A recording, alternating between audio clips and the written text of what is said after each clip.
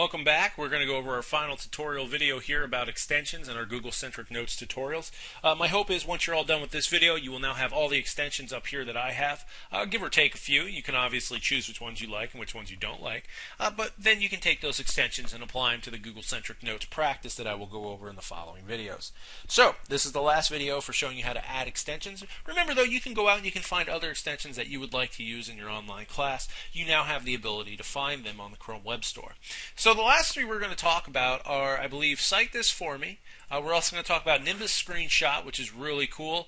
And then finally, NoteOn. These three are really, really awesome for your online class. They're great for Google-centric notes, but they're also good for other things in your online class, such as research papers, collaboration, components that you have to meet where you're working with others online. And, just basically all around trying to save information and note-taking and cataloging information for your course. So let's dive in. The first one is Cite This For Me. Now remember, if you want to add this to your extensions, you would go here, go to File, Tools, Extensions, load up the Chrome Web Store. Remember, it's all the way down here, Get More Extensions, and, of course, Cite This For Me.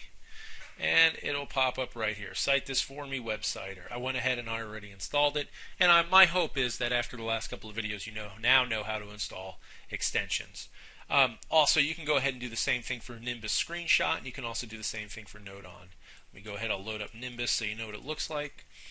Nimbus Screenshot right here, it's got a really cool picture, you can't miss it. And of course, NoteOn. NoteOn is right here. It's really cool. It's got a blue picture right here. You know where it is. Excellent. And we'll go over each of these, and as we go over them, you'll know where to find them. So let's go back over here to Cite This For Me, and this is the first one I want to talk about. Cite This For Me is really cool. When you work in an online class and you have to do a research paper, typically you got to cite your sources. Now you can go to EasyBib.com like a lot of people do, but remember EasyBib only lets you cite in MLA, APA, and everything else costs a little bit more money. Not cool. Then you can go to Send a Citation Machine, but when you want to do an APA one, we don't want to worry about that. 9 times out of 10, you have to enter more stuff into the fields. So let me give you guys a demonstration really quick. Let's take this Carter Center web address, and we're going to turn it into a citation with EasyBib. All right. So let's go here, hit Control-V, hit Cite This with EasyBib. And there's a lot of stuff here that's empty. Okay. Create citation, and we're going to leave this one up. We're going to leave this right here. Then we're going to go to Send a Citation Machine, APA, and we're going to go ahead and paste this one right here, hit Submit. And we're going to get the APA format right here. A lot of it works, pretty much so okay. Click Make Citation. Excellent. So there's your citation right there. Pretty cool. And you would take these citations and you would compare them against the Purdue OWL or the Online Writing Lab. Okay, the online writing lab sponsored by Purdue. That's what OWL is, Online Writing Lab. You would take these two citations that you have right here, and then you would compare them against the standard on Purdue's OWL. What Cite This For Me does is it takes away the opportunity, well not really the opportunity, but it takes away the inevitability of having to go to one of these places and then cite the stuff through their machines. Now we got really lucky with this one for APA with Send a Citation Machine. The way Send a Citation Machine works is if a number of people cite the same source, eventually the stuff stays in there. But if you find a source that other people haven't cited, you have to go through and you have to enter everything in there manually. The really cool thing about Cite This For Me is you can click on Cite This, click on APA, cite this page, and there we go.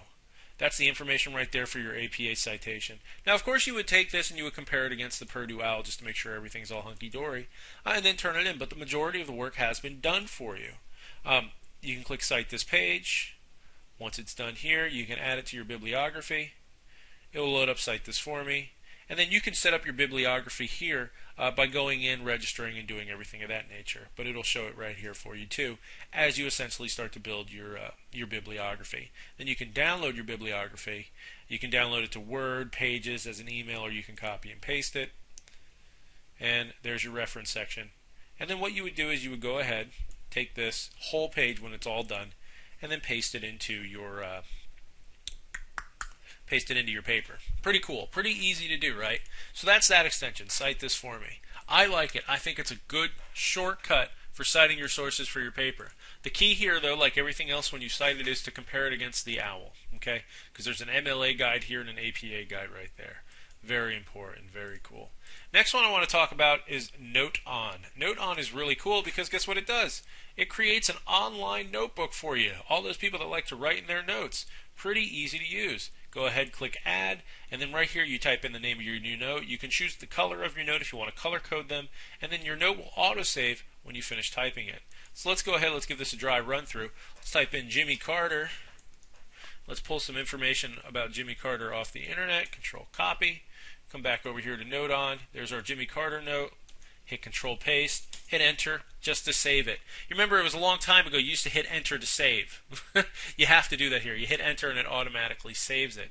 And then you can change the color of this note. So you have one green note about Jimmy Carter. Close this out. Come back here to your notebook page. You can add another note about Jimmy Carter. And we can put stuff here. Hit Enter. It's saved. Come back out here and you have two different colored notes. So you can color code your notes. The only thing in the downside I believe with the color coding is some colors don't look good with a white font. Just remember that. Some colors don't look good with a white font. Purple looks okay. So we can go ahead and we can leave that there. But some colors don't look okay with a white font, but you can color code your notes as well. And then you can build out your notebook, which is really, really cool. Okay, so NoteOn is a really neat one to have. You can build an online notebook with various topics right here. It's really good for Google-Centric notes if you want to organize sources for material.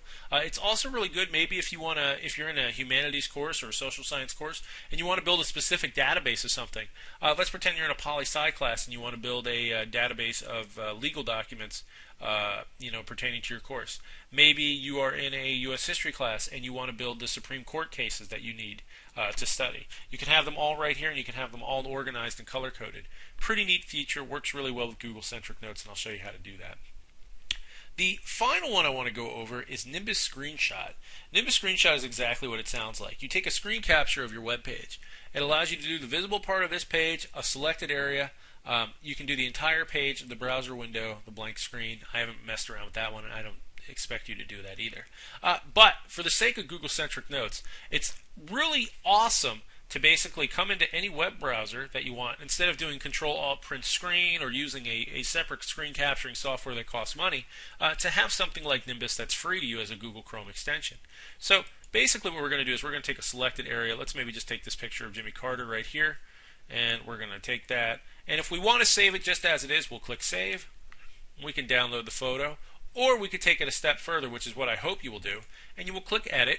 And then let's say you learn something, you can type in your notes here, you can change the font and everything of that nature there too, and you can just type in notes.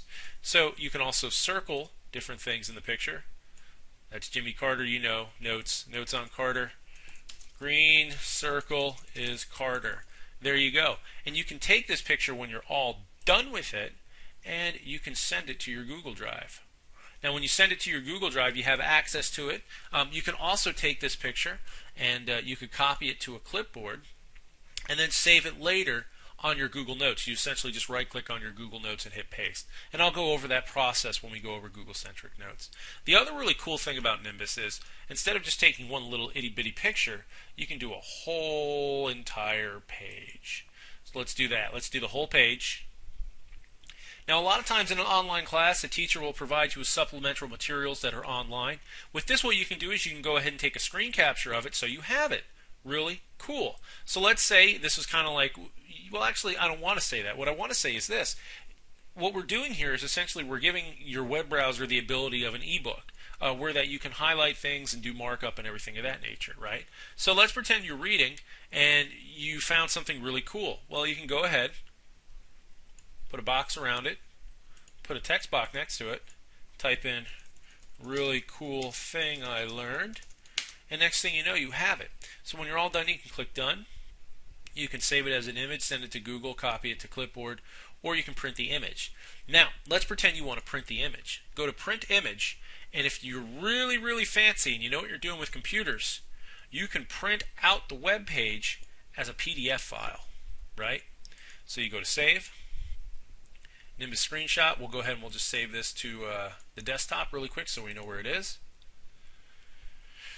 Let the print take over, because it might take a second. And what it's going to do is it's going to save that image as a screenshot. Now, how I did that was I have a thing set up in my computer that allows you to print to PDF.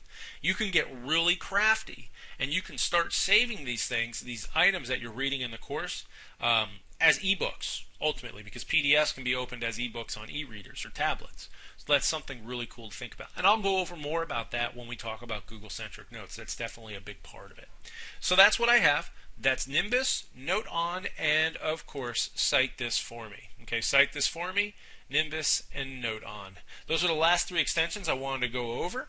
Those are all the extensions you need for Google-Centric Notes. In the next video, I will actually show you how to take Google-Centric Notes. We have finally gotten there. We have built up our prerequisite skills. We have learned how to add extensions, and we have added the right extensions for success in online learning. So those have been the tutorials over extensions for Google-Centric Notes. I hope you enjoyed them. If you have any questions or comments, go ahead and leave them in the comments section. When I have a free moment, I'll reply. And once again, I thank you so much for watching.